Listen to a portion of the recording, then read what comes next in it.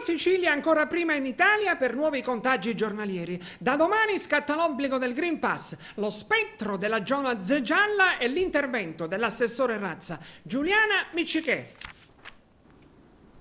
Sono 808 i nuovi casi di Covid in Sicilia a fronte di 15.589 tamponi processati.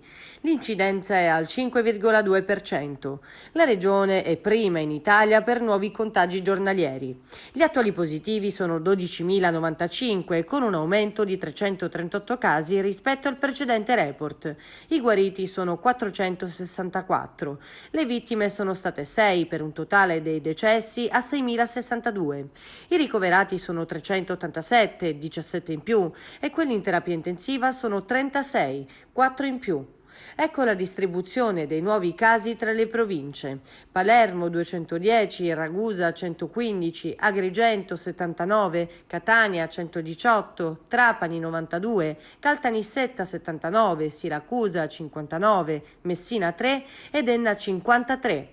Nel frattempo, da domani, venerdì 6 agosto, il Green Pass sarà obbligatorio per accedere nei locali pubblici al chiuso e anche nei bar per consumare i tavoli all'interno.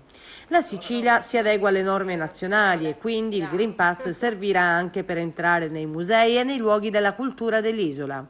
E l'assessore regionale ai beni culturali, Alberto Samonà, commenta: siamo pronti. La norma nazionale entra in vigore in piena estate e potrebbe creare qualche disagio. Rispettiamo le norme nazionali, nonostante ci siano alcune disposizioni che lasciano perplessi, come per esempio l'ingresso nei parchi archeologici che sono all'aperto e anche molto ampi. Inoltre ricordo che già dall'anno scorso si entra con ingressi contingentati. Comunque tireremo le somme a fine estate su come hanno risposto i turisti, conclude. E ancora il riferimento alla stagione turistica incombe lo spettro della zona gialla.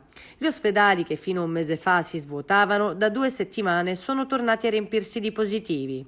La Sicilia ha sfiorato il 12% di occupazione nei reparti ordinari e il 5% in rianimazione. È dunque sempre più vicina alle soglie del 15 e del 10% fissate dal governo per il cambio di colore. A questo ritmo l'isola potrebbe dire addio alla zona bianca a ridosso di Ferragosto, con il tutto esaurito negli alberghi e nelle località turistiche. E l'assessore Ruggero Razza afferma: si rischia una nuova emergenza economica, oltre che sanitaria. Ho chiesto ai manager di riattivare tutti i posti letto Covid che con il calo dei ricoveri erano stati riconvertiti ed è in arrivo una stretta per i comuni con molti contagi e pochi vaccinati. I tecnici del Comitato Tecnico Scientifico Regionale stanno elaborando un documento per stabilire nuove misure di contenimento.